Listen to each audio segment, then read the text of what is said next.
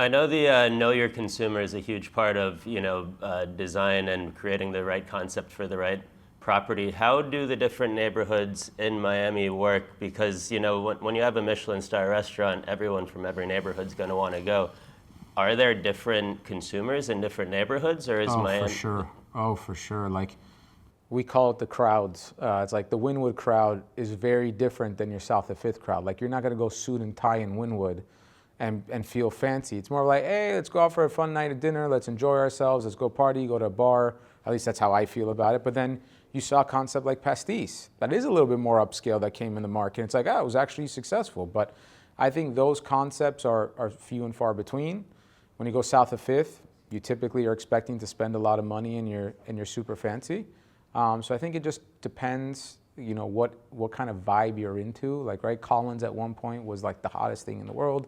And then that started dying off, and then Lincoln Road with Mila became the hottest restaurant in the country. So I think what's important is putting neighborhoods aside, which I do think everyone has its own neighborhood. It's deliver the right product, deliver something fun and interesting and different, and you'll be successful. But if you think everyone's doing this Tulum concept, and I'm going to copy the Tulum concept because it's hot right now and I'm going to be successful, is why you're seeing so many failures and businesses going sideways, because they just copied a trend that wasn't here to stay. And in the success of a restaurant in Miami, you have obviously the tourist group, right? And then you have the local group. How important is it to capture the local group? And is it harder than catering to the tourists? How do you think about that? I think it's equally important because you see the tourist group only at a specific time of the year, right? Miami is seasonal in that sense. When it's hurricane weather, people are probably overseas in south of France or in Ibiza partying, and they're not going to say, I'm going to go get on my yacht in the middle of a hurricane in South Beach and I'm going to have a great fucking time. So I think it's important to cater to both, but also making sure that you constantly have outreach. Some of our restaurants, they always keep in, they give, hey, if you're if you live in South Florida, we're going to give special discounts. We're going to keep you excited about coming here. Even the small things like remembering birthdays or anniversaries, that goes a long way with people to have loyalty and say, hey, I want to keep coming back here. Because when a new restaurant opens up like Catch, everybody's going to go. But are you going to go the second or the third or the fourth time? Was your service right? Are you making people have long wait times? So it's all the little things that I think that are important for people, for restaurateurs to understand and appreciate, that will keep people coming back, because you only get a first impression one time.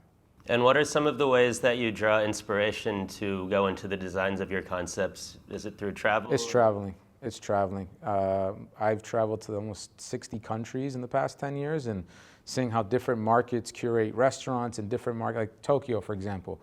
We talk about in America where you want to be on the hard corner, you want to have a perfect spot, fully visible, and then you see Michelin star restaurants in Tokyo on the 4th floor of a building next to a massage parlor, and you're like, how does this work exactly, right? It's because the quality and the product's great, and even the designs and how they go about building spaces and the uniqueness of different markets and how spaces look and act to each other. It's just, we were just in Thailand, and I'm like, I want to bring some Thailand design elements into the Rivani building. It's just, you want to give people something exciting and different to look at. For example, this beautiful stone. You see this on every single freaking building in Miami. It's like, when are people going to gamble a little bit? Get out there, look a little bit different, look a little bit unique. And now you're seeing the huge influx of the different towers, the name branded towers, which is exciting because it's making things look different. Because if you look at all the Miami Beach towers from before, it was all the same white buildings, blue glass, they all look like sister buildings. And I traveled to Panama, and you could see that in Panama City, it looks almost exactly like Miami because all those designs just went back and forth.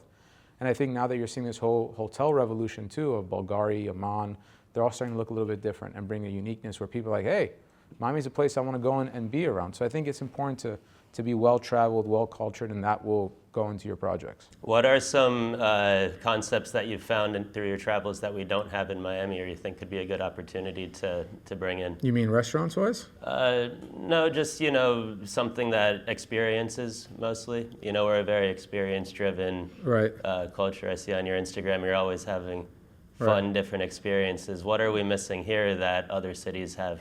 That's a great question. I think a more wide variety of hospitality. I think a lot of people jumped on the sushi train, and everyone's like sushi, sushi, sushi for all their concepts, and we're missing a lot of Middle Eastern flair.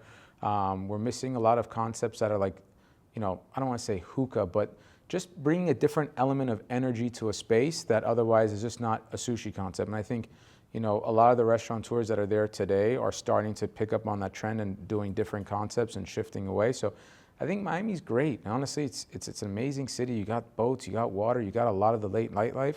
So I don't think we're missing much. I just think we're missing a little bit more creativity on the exterior elements of our buildings and trying to gamble a little bit and saying, I want to try to build something unique.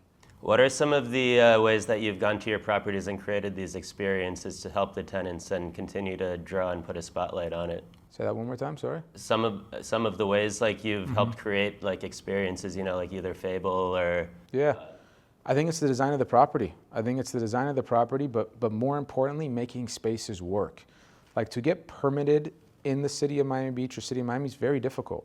So it's holding those restaurateurs or retail tenants' hand in understanding the permit process, designing spaces that work from, that aren't like bowling alley type spaces, that have enough frontage, that have good accessibility, that are ADA compatible, like all the small things that people don't think about that are important for restaurant success, right? Like having Eurowall or Nano doors that open up to an outdoor patio, making sure the outdoor patio is usable with the inside.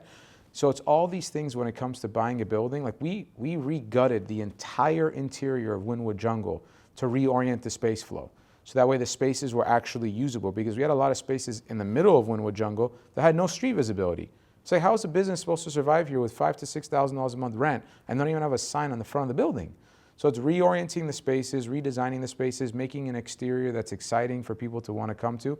I think those are things as a landlord that you can do to make a property successful versus just saying, I bought this building, I'm the landlord, pay me my rent, take it or leave it, which a lot of landlords, you know, in the Wynwood market do that. And they're still sitting empty even when the market flew and was really hot.